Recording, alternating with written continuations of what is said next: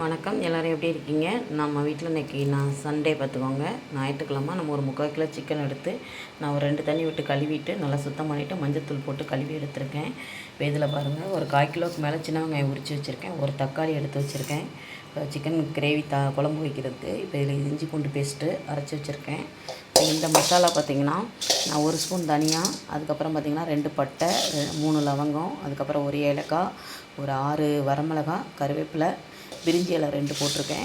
இப்போ இதை வந்து நம்ம ரோஸ்ட்டாக வறுத்துக்கரலாம். வெறும் எண்ணெய்லாம் ஊற்ற தேவையில்லை.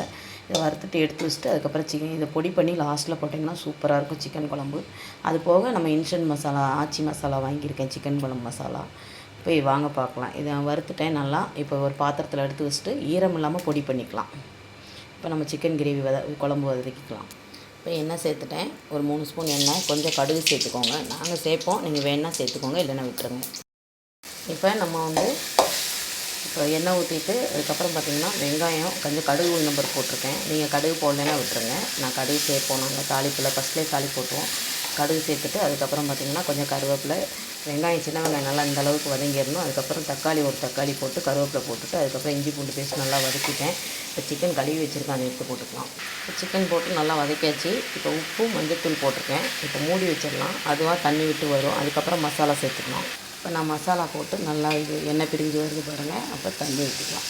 குழம்பு தான் நம்ம வைக்க போகிறோம், அதனால் தண்ணி ஊற்றிக்கலாம். தேவையான தண்ணி ஊற்றிக்கிட்டு மூடி வச்சுருவோம், நல்லா வேகட்டும். அதுக்கப்புறம் அந்த மசாலா அரைச்சி போட்டுக்கலாம்.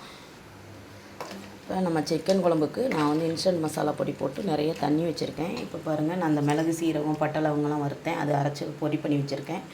இப்போ நம்ம கடைசியில் போட்டுக்கலாம். இப்போ பாருங்கள், சிக்கன் குழம்பு பாருங்கள் சூப்பராக ரெடி ஆகிட்டுருக்கு.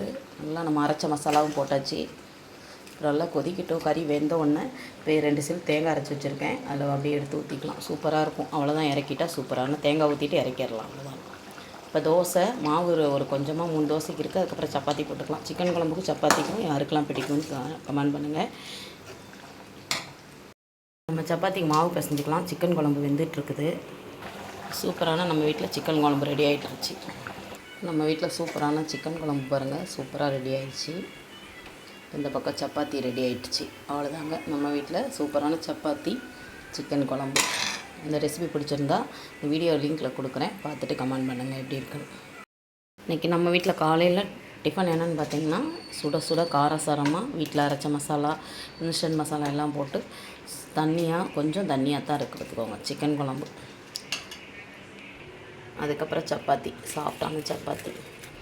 சப்பாத்திக்கும் சிக்கன் குழம்புக்கும் சூப்பராக இருக்கும், உங்களுக்கே தெரியும். இருந்தாலும் என்னோடய காம்பினேஷன் வந்து தோசை, சப்பாத்தி இல்லை இட்லி தான். சாப்பாட்டை விட நான் வந்து சப்பாத்தி, இட்லிக்கு ரொம்ப என்ன சொல்கிறது நல்லாவே எடுத்துப்பேன். எல்லாருமே எங்கள் வீட்டில் சாப்பிடுவாங்க. சூப்பரான நம்ம வீட்டில் சப்பாத்தியும் சிக்கன் குழம்பு ரெடி ஆயிடுச்சு.